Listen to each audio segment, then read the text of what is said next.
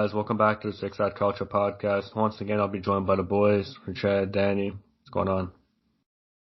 Going on, guys? Not too good, Enzo, but the fans are probably eating popcorn and awaiting my rant on Juve Inter.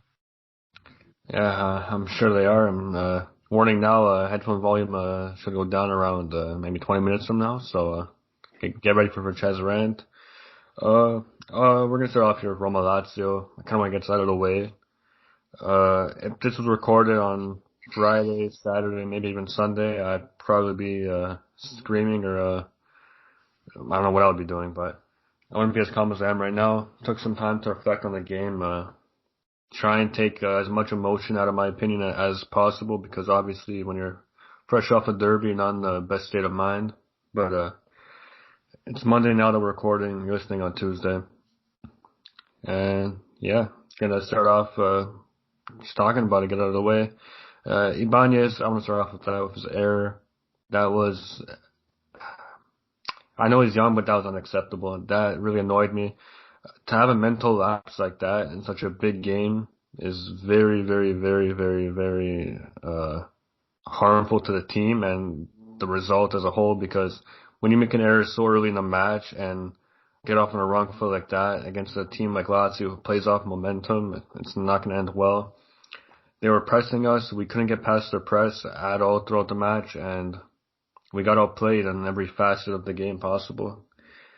It's very hard to see this team continue to struggle against these top teams, top 4, top 5, top 6, 7, whatever it is. We keep struggling. We can't find a way to win, which is irritating. We had Juve early in the year, a 10-man Juve, and we let the results slip.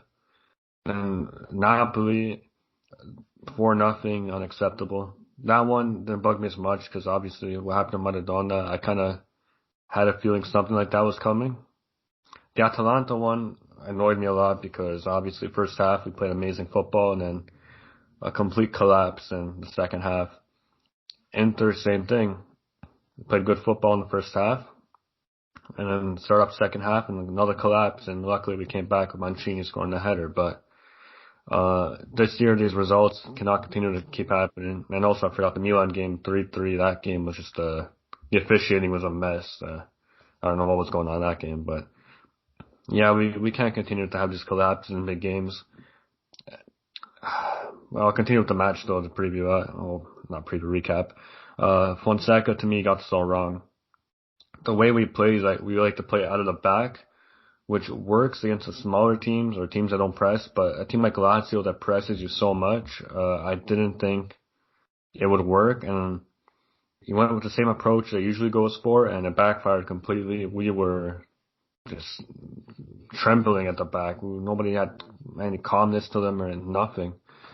We just couldn't wait to get the ball out of there, and we're overplaying at the back. I think Paul Lopez probably completed more passes than half our midfield, for how much went back. And once again, if Ibanez, the first thing they teach you in soccer is to check your shoulder, and I don't know how he couldn't think Lazzari would be there. Or was it, I believe it was Lazzari. Yeah, Lazzari. And Immobile put it away. And then the second goal, I'm sure Danny, for Chad, if you want to chime in here, that shouldn't have been a goal in my opinion. First off, it was a handball by Lazzari when he was on the ground. First off, it was a handball, like I said. And second off, it was offside. Saicedo was in the way of Paul Lopez. Not only was he in an offside position, he was also blocking the view of the keeper, which you can do if you're onside, but he wasn't, and he was in the path of the shot. So, and it makes it worse that they checked VAR, because how do you look at VAR and still call that a goal? I don't understand that at all. And it seems like it happens a lot, like this year, throughout all leagues as well. And I agree with you. I thought when I first saw the play, I thought they were going to let it stand, because as the rule goes, if you're not sure about it, let the play go on and then check VAR after. And when they went to go check and they gave the goal, I was surprised because it looked like it did hit Lazzari's hand. And as well, Caicedo was in an offside position, standing in front of Paul Lopez, interfering with the play, making that offside. I just thought it was just a surprise goal that was given, and just I feel like that goal too kind of changed the impact of the match as well, and it shouldn't have been a goal at the end of the day. Yeah, That was and look, I don't want to blame the result on the goal. It wasn't the officiating's fault. It was us. We played poorly, and maybe not 3-0 was deserved, but we did deserve to lose. And that goal definitely did play a part in our confidence, because after that we were just deflated and we didn't really do anything else after that. Before the second goal, there was some fight, but after that the fight was completely gone. The team was finished, and the loss was inevitable. I was just waiting for the final whistle to blow. And there's very few Roma games in my lifetime where I'm like, oh, I can't wait till the game's over, and this was definitely one of them. I just couldn't wait till the game was over. It got me out of my misery. It was hard to watch. And yeah, I don't want to I'm not going to reiterate what everyone else is thinking. Everyone knows what happened in that match. And I know it's a disappointing result for Roma. Lazio, they outplayed us. Luis Alberto murdered our midfield and our defense. And it's disappointing to see players like Dzeko not stepping up, because I know obviously he's past his prime and he's not the Dzeko he used to be, but you would still expect someone like that to press more and lead the team and yell and do something. This team doesn't really have a leader, to be honest. I think the closest thing we have to a leader is probably Mancini. And yeah, this team, I think everything we're missing was shown in that match, and hopefully Fonseca can fix the holes in our game, and in the summer we can bring in quality, because I think the difference was Lazio had Savic and Luis Alberto, two players who are class, and we don't really have any class or world-class players on our team. We just have good players, and obviously that makes a big difference in big matches, so hopefully in the summer we can fix that issue we have. Other than that, I really don't have anything else to say about this match. Obviously disappointing, like I said, another loss in a big match.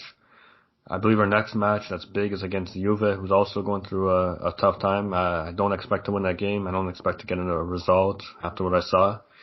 But if Fonseca wants to save his job, he needs top four, and in these big matches he has to change what these results are becoming, because if not, then he's going to be gone in the summer, and someone like Allegri someone like Allegri or Sarri will definitely make their way into the team as our new manager. So Fonseca his time is numbered, and hopefully he can turn it around. I like the guy. I think he's a good person. I think his philosophy of football is good. He has the right idea. I just feel like his lack of adjustment in big matches is what really hurts him, and that could be what either makes him or keeps him in if he changes that, or could be the reason he's gone. So yeah, I hope he can stay, but right now it's not looking too good. But yeah, let's get out of this Roma Lazio thing before it gets any more depressing for me here. But yeah, moving on now from Roma Lazio, to recap some of the matches that took place. We're not going to go into depth to every single game, because obviously that would take a long time. But yeah, we'll just get into the other matches that took place in the weekend. We had Bologna with a 1-0 win over Verona. Torino drawing Spezia 0-0. Spezia's looked really good recently, ever since that Napoli result. So yeah, credit to them. Sampdoria 2-1 win over Udinese. Big up to Ranieri. I love when he does well. Crotone 4-1 win over Benevento. I was surprised by that. Yeah, were you guys surprised by that, or just me? I was shocked. I thought Benevento was gonna pull through, but Crotone. I was not surprised with the result, because Crotone shows that they can compete with these teams, and also with every team sometimes they show signs of them competing. I was just more surprised with the score. Inzaghi, he's doing a really good job with a Benevento team. So hopefully he can keep them up, but it's a big result for Crotone as they're battling relegation. So maybe this result can boost their confidence, and maybe they can stay up at the end of the year. Well said. I think we're all surprised by that one. Sassuolo Parma, I think most people probably thought Sassuolo would take that one. I wouldn't say they're in a slump, but obviously we all knew they wouldn't keep up the pace they set when they first started the year at the beginning half. Yeah. So it was inevitable their decline, but I still think they're a great team, and they're never an easy team to play against. So yeah, that surprised me a little bit as well. Then we got Milan is actually playing right now, so we won't be recapping that match. I'm watching right now my monitor in the background. Milan's currently up 1-0. Ibra goal. Yeah, Ibra scored, so we won't be recapping that one. But yeah, as of right now, as we're recording, it's 1-0 Milan. And I guess we'll go right over to Atalanta-Genoa. Danny has to start off with Atalanta. Do you think Atalanta will get a Champions League spot? And what are your thoughts on the match? Just the way they've been playing, it seems like against like smaller teams, they tend to kind of struggle a little bit, giving them points that they feel like they should get the 3 points, but they end up getting 1 or sometimes even getting 0. They're only 2 points out of the Champions League spot. Currently 2 points, 32 behind Napoli, Roma, and also Juventus, who are fifth. I think that's for Europa League, if I believe. But it's still a long season. I wouldn't say they're done yet, but if they continue to play really poor against these small sides, I don't think they'll get to Champions League. They'll be lucky to even get to Europa League. Maybe they'll finish 6th place where they are now. But they have to step up a little bit. It just seems like they always drop points. And to be in the top 4, you have to be consistent throughout the whole year. You have to get points against the big teams, get points against the little teams. You can't drop points on matches that you're supposed to win because at the end of the day, those are going to come back to bite you in the ass. And as of right now, it seems like Atalanta, they're hit or miss. Sometimes they look really good. They look like their old selves. But then there's some matches that they can't even get a goal. They can't even win the match. So it's going to be interesting to see. My thoughts on the match is, for me, it was a surprise. I don't know about you guys that they tied to Genoa. But I'm going to give Genoa credit that they're battling as well for relegation. And it's a big point, even though it's not the 3 points, which I think Genoa fans would be doing cartwheels if they did. It's still a huge point for them, taking them out of the relegation zone. Now they're 2 points up of Torino on 18th. So it's a big point. Genoa just has to keep getting these points against clubs that are around their status, like around their position, if they want to stay up. And they got a few good players coming in. They just brought in Strootman from Marseille, who can really help them. And I feel like he can be he's a good midfielder to just help them, give them that little piece that they might be missing. So I don't know too much about Genoa, like the way that they are and stuff, but I know that they got some good players in that side that can help them stay up. And as long as they keep getting results, it's going to be good for Genoa. And I think they can stay up if they keep getting the results they need. Yeah, Genoa was never a doubt in my mind that they don't get relegated, especially when the GOAT himself plays Stefano Sturaro. And Atalanta, it's really worrying for them. Like, you could really see the impact Papu has left on that team. There's some games where Atalanta play and they're like, oh, who's Papu? And then there's games like this one where, like, damn, if Papu was playing Atalanta, there's no doubt in my mind where I think Atalanta wouldn't have won that game.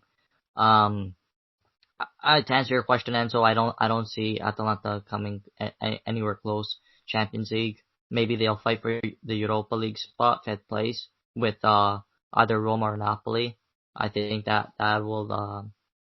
I think that's going to be if they continue their form, if they could get some results string together. I think that's what they'll fight for. But I think Champions League it's a no-go for them. It's a good result for Genoa. Obviously, Atalanta are a very attacking team, very tough for Genoa.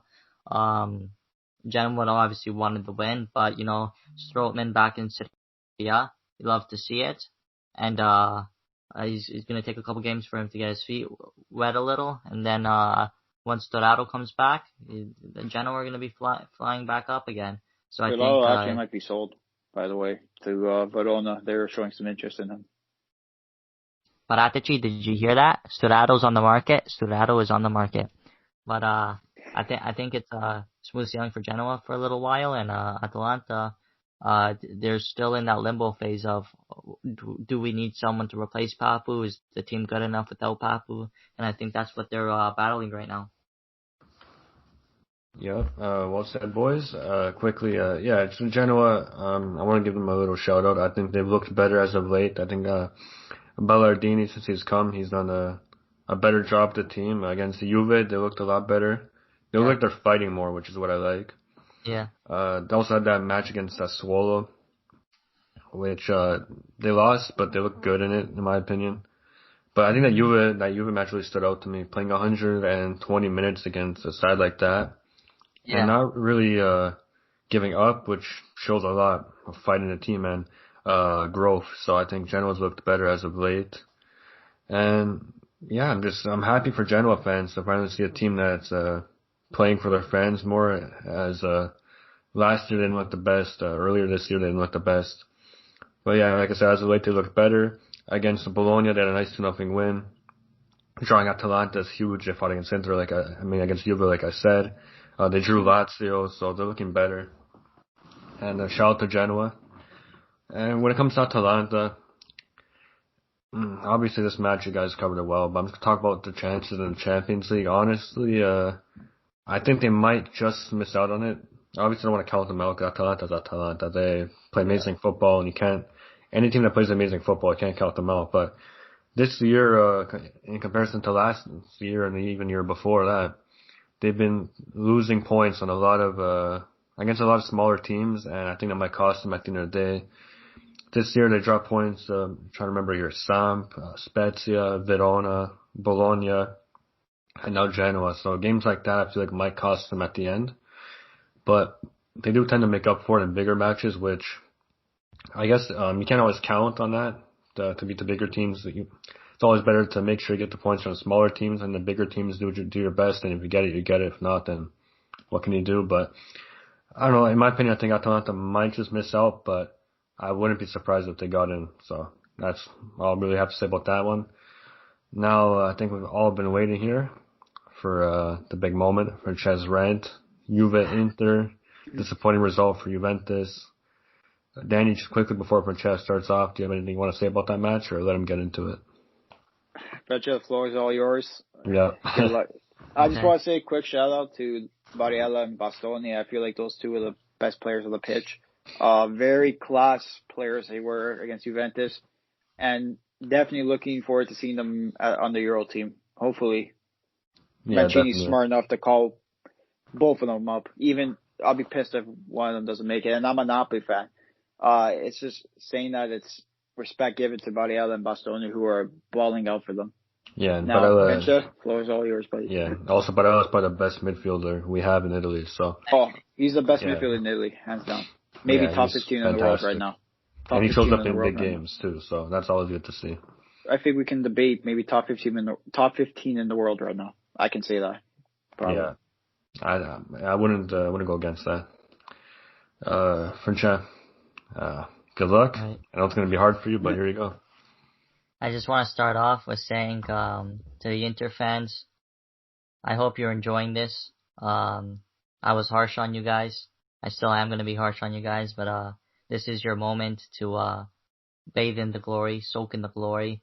The one guy who was ranting on you guys, calling you guys shit, and you dismantled Juve.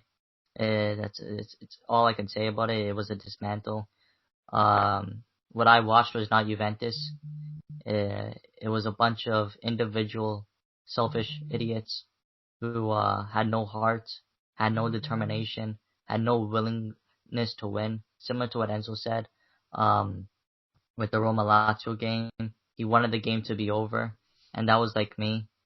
I saw Dumb and Dumber, the movie. I saw that live on a soccer field with Danilo and Frabotta. Frabotta, he's not supposed to be the starter.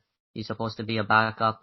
And for him to be playing a game of that magnitude, from what he's played, I can't blame the guy. But at the same time, he has played games of that magnitude before, and he needs to be marking better. In practice, Pirlo needs to do better in training, because it feels like Frabotta was always higher up than Ronaldo, and that's a problem because Ronaldo doesn't come back to defend. So when Frabotta's higher up than someone who doesn't come back to defend, when Inter have the ball, that's the problem. Danilo, what can I say? Every podcast I say this guy is shit, and every podcast he proves me right. There's nothing much to say about the guy. He can't even mark Arturo Vidal in the air. It's just pathetic, and that goal from Vidal just offset us the entire game. But there's no excuses, because if they scored that goal or not, we just had from the first minute to the 90th minute, we had no willingness to win. We had no determination. It's like we wanted to lose. We wanted to get beat.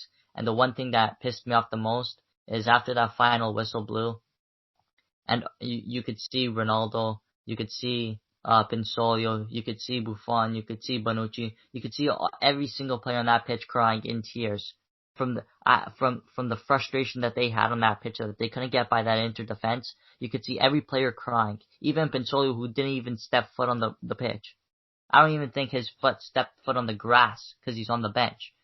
But you could see them all crying.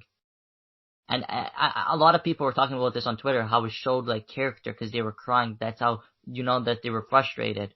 But those same players were crying instead of going to train or instead of going home and just soaking in what game just happened. Every single one of those fucking players posted to their fucking social media accounts. Oh, guys, it was a bad game. There's no excuses, but we must do better. Fino alla fine. That needs to fucking stop. I'm sick and tired of that shit. After a game you lost that magnitude, the Derby d'Italia, arguably the biggest game for Juventus in the season. After that game, you lost. Not only did you lose, you got embarrassed. That scoreline is not deserved. We got embarrassed that game. There's no possibility that Juventus could have won. Like there's not one chance that game where I said, oh, if he did this instead of that, we would have scored and we would have won the game. There's not one chance that happened that I was confident that would have changed the outcome of that match. And that's what's fucking sad about it. So the fact that they had the audacity to cry during the game and after the game to show that the Juve fans, that they care about the game as much as the fans do, and then they go and post on their social media accounts, literally in the locker rooms. The game, I was still watching the players go to the locker rooms, and there was players posting about the result already. That's how much they gave a fuck about that game. It was just a number to them. It was just a result, just a game. And that's the problem. I think Pirlo needs to have a word. We need to have a whole revamp of the team. I think this is the message that Dybala needs to play that Triquista role. I know we lost some key players. We didn't have De Ligt. We didn't have Sandro. We didn't have Cuadrado. We didn't have Dybala. And I know that. But the team we had should have at least put up a fight. At least attempt a goal, like a shot. That's all I could ask for. An attempted shot to show that we cared, to show that we tried to win that game. But we didn't. We had no urge to win that game. And the only one good positivity I can take out of this game was Fiorentina. When we got dismantled by Fiorentina 3-0, we came back the next game with character. We came back the next game with hunger. And I think that's the only positivity I could take, because the next game is Napoli. And if we need to show up, obviously that's the final of this cup. So that's the only positivity I can take out. Napoli scored 6 goals against Fiorentina. They exploded. They went off. Hopefully they took all their goals out of the system. Now Juventus, we were deflated. Hopefully someone grabs the pump and pumps us back up again, and we go back to the drawing board, and we go back and embarrass Napoli with the Supercoppa. That's the only positivity you can take out of this game. Inter fans, congratulations, you deserved it. There's no officiating mistake. There was nothing I could have said. The Inter deserved it 110%. Inter fans, be happy. I'm pretty sure you guys are tied with Milan in first place. You guys are still gonna choke the Scudetto no matter what, so it's okay. But for now, congratulations and enjoy this Italia win. Francesco, I hope you have a towel beside you to wipe off the sweat. And did you get the timer? He almost broke the record there for longest rant. He was close. We've been keeping count of the longest rant. So far, Danny's in the lead after Napoli-Spezia, I believe it was. Yeah. What? It might have been Napoli-Spezia. So after maybe they heard it because they've been playing a lot. I can't speak. They've been playing a lot better since that rant. Maybe they heard. Yeah, maybe they did. And perfect segue because Napoli-Fiorentina then. Yeah. Well, it was a great performance. It was an early one too, so 6:30 game. I woke up very tired, had to do a post for the 6 side, and just tired watching the game. And when Insigne scored that goal in the 5th minute, it's like I wasn't tired no more. I got really into the match. And from that moment on, from Insigne's goal, he became a different player. heading into the game, he wasn't the best Insigne. He was not even close to his best. But it seems like against Fiorentina, once that ball went into the net, he became a different player. He became his old self, the best Insigne, and made a beautiful assist on Lozano's goal for the third goal. Demi got in a goal. Petagna played really well. I really liked the way Petagna played. Very good hold-up play. Our midfield was very good. I was impressed with Bakayoko and Demi. I feel like they both had a strong game. Our defense had a few laps in the first half, but not too much. That it was just a normal game for defense. It was solid. Koulibaly was very good. He got a goal line clearance. Ospina saved us maybe once or twice in the first half, and also second half he had a nice save as well. Just the team gelled together. We got 6 goals against against Fiorentina, who also had Juve 3-0. So I was a little surprised with the result as well. But Napoli showed their quality. They showed their character, and they played a very strong match. Despite having 2, you can say, underperforming games against Udinese and also Pescara, and not Pescara, Empoli, sorry. But we got the win, and that's important. Now we play Juventus on Wednesday. It's going to be a tough match for us, because it's always Juventus. They're going to play us tough. It's going to be a good, entertaining match. So hopefully Napoli can carry the momentum that we had against Fiorentina on Sunday into that match. Petagna should be fit to start. Maybe they'll probably maybe start Mertens. Who knows? Lozano, I expect to start. I expect kind of the same lineup we put out against Fiorentina, against Juventus, with Di Lorenzo coming in at right back, and also Lozano's, and maybe Mertens instead of Petagna. But it was a good match. I'm very happy with the way Napoli performed against Fiorentina. We needed a performance like that. I feel like it's been a while since we've had a dominating performance, maybe since the Crotone match. You can even argue back to maybe even the Roma match.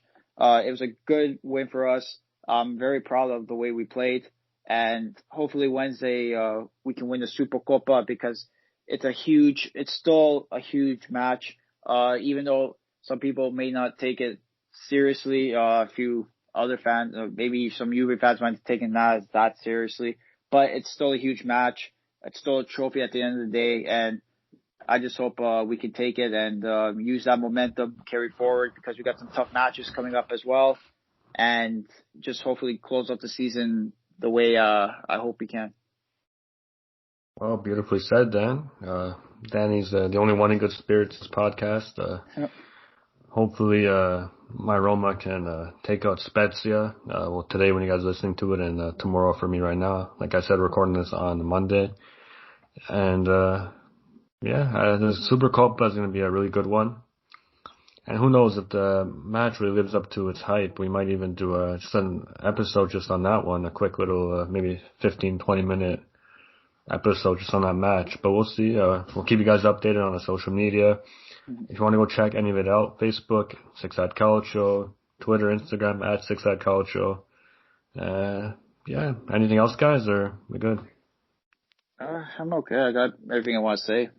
I'm just looking forward to Wednesday, because it's going to be an entertaining match. That's all I can say. It's going to be a lot of trash talk. It's going to be a lot of trash talking prior to the match. Oh, yeah. For sure. Yeah, I think our group chats will be very entertaining, maybe even more entertaining than the match itself. But, yeah, looking forward to that one. This podcast is a shorter one, surprisingly, but maybe for the better. There's a lot of matches coming up this week that are looking interesting, and I'm excited to talk about them next week. I hope you guys are excited to listen to us, and we'll be back with another one next week, like I said. Hope you guys enjoyed it, and ciao. See you guys.